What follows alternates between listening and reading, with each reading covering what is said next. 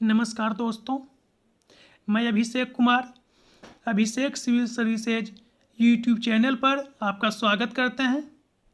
दोस्तों, आज हम एक नए एपिसोड के साथ आप लोगों के सामने उपस्थित हुए हैं। कई दोस्तों का मैसेज एवं कॉल आया कि सर 66 बीपीएससी के लिए पीटी को टारगेट करते हुए होमवर्क सीरीज स्टार्ट किया जाए।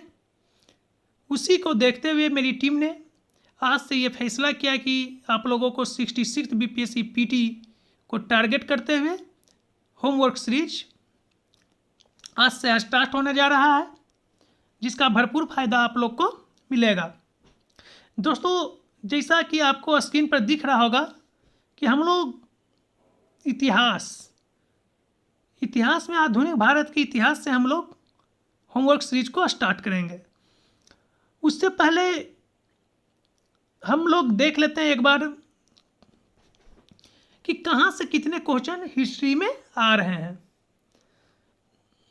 दोस्तों, आप स्क्रीन पर देख रहे होंगे कि हमेशा प्राचीन भारत से 5 से 6 क्वेश्चन हमेशा आ रहे हैं, मध्यकालीन भारत से 4 से 5 क्वेश्चन और आधुनिक भारत एवं स्वतंत्रता संघर्ष से 22 से 23 क्वेश्चन प्रत्येक बार आ रहे हैं। और बिहार का इतिहास को मिला दिया जाए और आधुनिक भारत को तो 30 प्लस क्वेश्चन यहीं से आ रहे हैं। और टोटल हिस्ट्री को मिला दिया जाए तो करीब 42 प्लस क्वेश्चन यहाँ से आ रहे हैं। तो दोस्तों, आप देख रहे होंगे कि हिस्ट्री का वेटेज बिहार लोक सेवा आयोग ही नहीं या अन्य राज्य लोक सेवा आयोग ही नहीं, सभी एग्जाम में हिस्ट्री का वेटेज सबसे ज़्यादा रहता है। इसीलिए मैंने फैसला किया कि आप लोगों को आधुनिक भारत के इतिहास से होमवर्क सीरीज को स्टार्ट किया जाए। तो दोस्तों, अब हम आते हैं अपने टॉपिक पे। दोस्तों, जैसा कि आपको दिख रहा होगा स्क्रीन पे कि आधुनिक भारत में हम लोग यूरोपियन कंपनियों के आगमन, पहला टॉपिक आप लोग लिख लीजिए, यूरोपियन कंपनियों के आगमन से स्टार्ट कर रहे हैं। अब यूरोपियन कंपनियों के आगमन को आप सब टॉपिक में बांट लीजिए, उपखंड में बांट लीजिए, जिससे आपको पढ़ने में सहूलियत रहे। तो दोस्तों, यूरोपियन कंपनियों के आगमन को आप इस ढंग से बांट सकते हैं, जैसे भारत में समुद्री मार्ग की खोज, भारत में यूरोपीय बस्तियों का विवरण, विदेशी कंपनियों का आगमन एवं प्रस्थान। फिर आप एक बार आगमन का क्रम देख लीजिए। पुर्तगीज आए, इनका प्रमुख व्यापारिक केंद्र क्या था, इनके समय में 2 युद्ध हुआ, बैटल ऑफ चौल और battle of Diu. Portuguese governor का भारत में योगदान क्या रहा, सबसे पहले गवर्नर कौन आए, वास्तविक संस्थापक पुर्तगालियों का भारत में कौन था, नीनो डी कुन्हा का योगदान क्या था, पुर्तगाली नियंत्रण की विधि एवं प्रक्रिया क्या थी, पुर्तगाली प्रभुत्व का पतन क्या था, भारत में पुर्तगालियों की देन क्या थी। इस ढंग से जब आप पढ़िएगा तो आपका हर चीज़ क्लियर होता चला जाएगा और रिवीजन करने में भी आपको सहूलियत मिलेगी। इसे शॉर्ट नोट्स बना लिया कीजिए, क्योंकि दोस्तों रिवीजन ही किसी भी एग्जाम में सफलता में, किसी भी एग्जाम में अगर सफल होना है तो रिवीजन आप बार बार कीजिए, क्योंकि कोई भी एग्जाम दोस्तों आपसे समान अध्ययन की मांग करता है, न कि विशेष अध्ययन की। कई स्टूडेंट जो हैं समान अध्ययन के नाम पर घबरा जाते हैं, जबकि ऐसा कुछ नहीं है दोस्तों।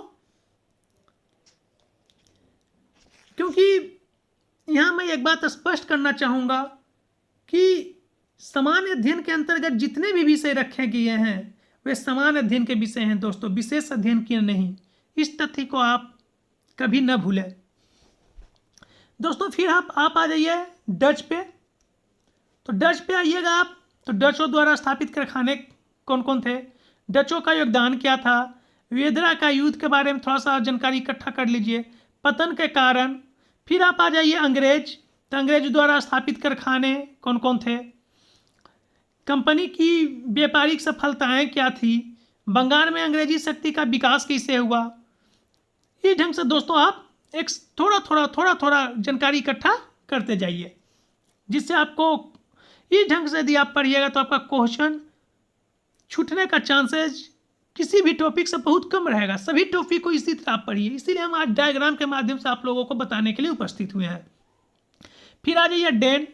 डेन द्वारा स्थापित कारखाने क्या कौन कौन से थे? फ्रांसीसी द्वारा स्थापित कारखाने कौन कौन से थे? आंग्ल फ्रांसीसी संघर्ष के बारे में थोड़ा जान लेंगे, अर्थात कर्नाटक युद्ध। 3 कर्नाटक युद्ध हुए थे। कर्नाटक का प्रथम युद्ध, जैसा कि आपको स्क्रीन पे दिखाई दे रहा होगा, लीजिए और बड़ा कर दिए।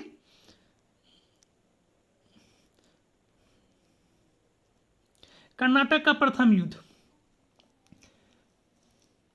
कर्नाटक का प्रथम युद्ध पढ़ते समय आप इसका इस ढंग से डायग्राम बनाइए। इसका कालक्रम क्या था, इस कर्नाटक के प्रथम युद्ध का कारण क्या थे, इसका परिणाम क्या हुए, किस संधि के तहत कर्नाटक का प्रथम युद्ध समाप्त हुआ, इसके अंतर्गत एक युद्ध हुआ जो सेंट थोमे का युद्ध कहलाया, इसका कारण क्या था, फिर इसका परिणाम क्या हुआ, फिर उसका कर्नाटक का द्वितीय युद्ध हुआ, इसके अंतर्गत भी उसी तरह इसका कालक्रम क्या था, कारण क्या था, इसका परिणाम क्या हुआ, किस संधि के तहत यह समाप्त हुआ। इसके अंतर्गत भी एक युद्ध होता है अंबुर का युद्ध 1749 ईस्वी में, इसके कारण क्या थे, इसके परिणाम क्या हुए, इस ढंग से आप पढ़िए। फिर हम देखेंगे कर्नाटक के तृतीय युद्ध के बारे में, इसका कालक्रम क्या था, कारण क्या था, परिणाम और संधि उसी ढंग से। फिर इसके अंतर्गत भी एक वांडीवास का युद्ध होता है 22 जनवरी 1760 ईस्वी को। फिर हम विविध में देखेंगे यूरोपीय व्यापारी कंपनी से संबंध व्यक्ति, यूरोपीय वाणिज्य का आरंभ, यूरोपीय कंपनी से संबंधित स्थल। इस ढंग से हम अपने सिलेबस को कवर करेंगे दोस्तों। उसके बाद आप लोगों को दूसरा टॉपिक हम देते हैं मुगल साम्राज्य का पतन तथा विघटन। स्क्रीन पर आप लोगों को दिख रहा होगा मुगल साम्राज्य का पतन तथा विघटन। इसके अंतर्गत हम 2 युद्ध पढ़ेंगे, जजाऊ का युद्ध, बीजापुर का युद्ध। इसके बारे में थोड़ा सा जानकारी इकट्ठा कर लेंगे। फिर हम जानेंगे बहादुर शाह प्रथम के बारे में, इसका योगदान क्या रहा, उपाधि इसका क्या है, वास्तविक नाम क्या है, इसके शासनकाल की क्या उपलब्धियां रही, इसके शासनकाल में कौन कौन सा कार्य हुए। फिर हम देख लेंगे इसी प्रकार जहांगीर शाह के बारे में, इसका वास्तविक नाम क्या था, इसे किस नाम से और जाना जाता था। इसी ढंग से हम लोग पढ़ते चलेंगे। इसी ढंग से फारुखसियर के बारे में जानेंगे, जिसे घिरनीत कायर सम्राट भी कहा जाता था। फिर हम देखेंगे रफ़ी उद दलजार के बारे में, रफ़ी उद दौला के बारे में, रफ़ी उद दरजात के बारे में। उसी ढंग से फिर हम देखेंगे मोहम्मद शाह रोशन अख्तर के बारे में, मोहम्मद शाह रोशन अख्तर के बारे में, इसका क्या योगदान रहा, इसको रंगीला की उपाधि दिया गया था। फिर इसके अंतर्गत सैयद बंधुओं का अंत हुआ। फिर देखेंगे कि इसी के काल में स्वतंत्र राज्यों की नींव पड़ी, हैदराबाद, अवध, बंगाल। फिर उसके अंदर देखेंगे कि हैदराबाद का संस्थापक कौन था, अवध और बंगाल का संस्थापक कौन था। इसके शासनकाल में नादिर शाह का आक्रमण होता है। तख्ते हाउस के बारे में जानेंगे, क्योंकि मोहम्मद शाह मयूर सिंहासन पर बैठने वाला अंतिम शासक था। फिर दोस्तों आप देखिए अहमद शाह के बारे में, इसी तरह देखिए अहमद शाह की उपलब्धियां देखिए, अहमद शाह के शासनकाल में कौन कौन कार्य हुए। इस तरह से जानकारी को इकट्ठा आप कीजिए। फिर आलमगीर द्वितीय के बारे में थोड़ा सा जानकारी इकट्ठा कर लीजिए। इसका वास्तविक नाम क्या था, इसके शासनकाल में कौन से युद्ध हुए, इसके काल में किसका आक्रमण हुआ। फिर आप थोड़ा सा देख लीजिए शाहजहां तृतीय के बारे में। फिर शाह आलम द्वितीय के बारे में देखिए, इसका वास्तविक नाम क्या था। इसके शासनकाल में 2 युद्ध हुए, पानीपत का तृतीय युद्ध और बक्सर का युद्ध। फिर इसी ने लॉर्ड कलाई को बंगाल, बिहार एवं उड़ीसा की दीवानी प्रदान की थी। इस ढंग से एक शॉर्ट नोट्स आप लोग बनाते चलिए कोई भी टॉपिक को पढ़ने से पहले। फिर अकबर द्वितीय के बारे में आप इसी तरह जानकारी इकट्ठा कर सकते हैं, स्क्रीन पर आपको दिख रहा होगा। शॉर्ट नोट्स बनाते चलिए दोस्तों इस ढंग से। फिर दोस्तों आप इसी तरह देखिए स्क्रीन पर बहादुर शाह द्वितीय के बारे में जानकारी थोड़ा सा इकट्ठा कर लीजिए। ये अंतिम मुगल बादशाह था, इसका उपनाम क्या था, इसके शासनकाल में कौन सा विद्रोह हुए, ये किस नाम से शायरी लिखता था। डायरेक्ट क्वेश्चन यहाँ से आएंगे। फिर आप देखिए उत्तर मुगल साम्राज्य के पतन के क्या कारण थे, जो लास्ट में आप देख लीजिएगा। उससे पहले आप मुगल दरबार में दल, कौन कौन से दल थे, बहुत सारे दल थे दोस्तों, लेकिन उनमें प्रमुख थे तुरानी, ईरानी, अफगानी और हिंदुस्तानी। तुरानी और अफगानी सुन्नी थे और ईरानी शिया। फिर तुरानी का महत्वपूर्ण नेता कौन कौन थे, ईरानी का प्रमुख नेता कौन थे, अफगानी का प्रमुख नेता कौन थे और सैयद बंधु के प्रमुख नेता कौन थे। इस ढंग से जब आप पढ़िएगा तो कभी आपका कन्फ्यूजन नहीं रहेगा दोस्तों। और मैं आपको स्पष्ट करना चाहूँगा, आप लोग इस होमवर्क सीरीज को फॉलो कीजिए और इस टॉपिक से संबंधित हर एक 2 दिन पे हम फिर आएंगे अगले एपिसोड के साथ, और हर एक बार आपको होमवर्क देंगे, फिर इसमें करंट अफेयर्स को भी इंक्लूड करेंगे। और हम अपने अभिषेक सिविल सर्विसेज यूट्यूब चैनल पे आपको इससे संबंधित, इस टॉपिक से संबंधित प्रैक्टिस क्वेश्चन भी देंगे, जिससे आप अपने तैयारी की दशा और दिशा को नाप सकें, आप कहाँ हैं औरों के अपेक्षा देख सकें दोस्तों।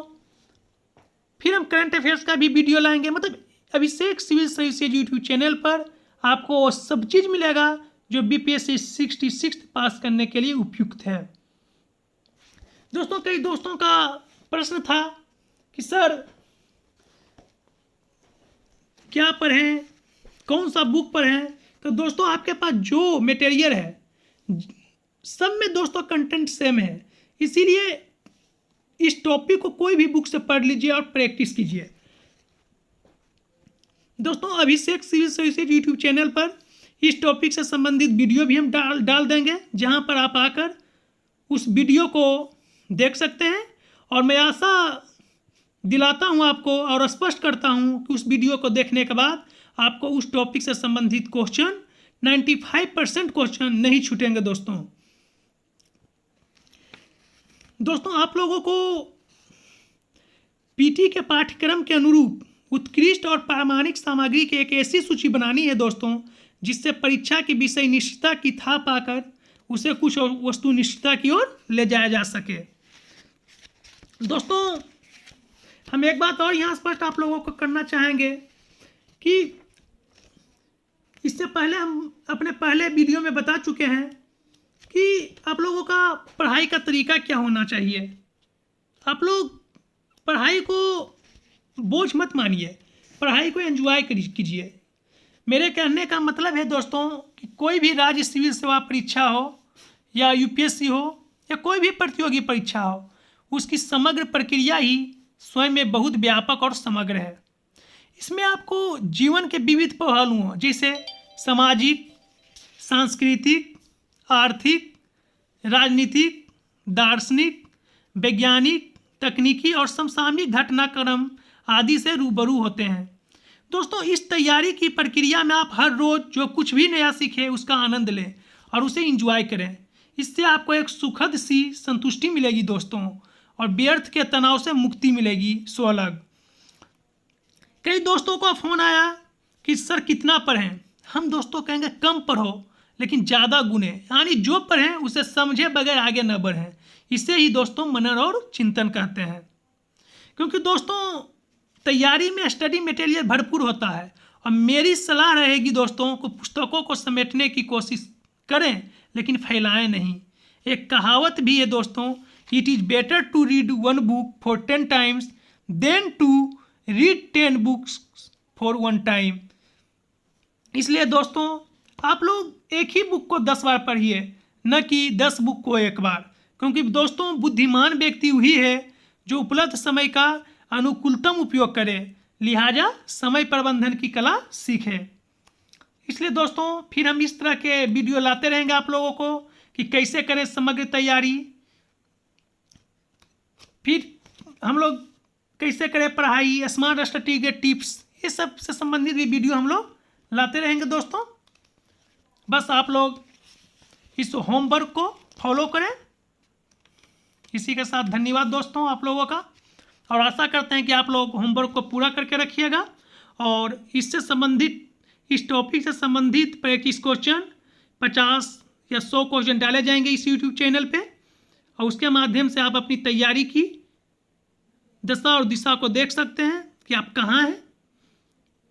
और दोस्तों, अभिषेक सिविल सर्विसेज यूट्यूब चैनल को लाइक, सब्सक्राइब और शेयर करना न भूलें और नियमित रूप से फॉलो करते रहें।